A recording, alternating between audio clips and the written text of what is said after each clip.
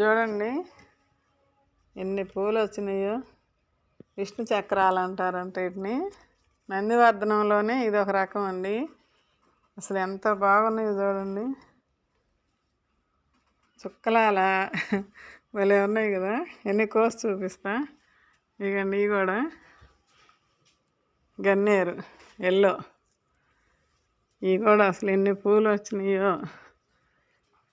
దొడ్లో ఉన్నాయి చూపిస్తా. ఇవి కూడా గుత్తులు గుత్తులు. ఇవన్నీ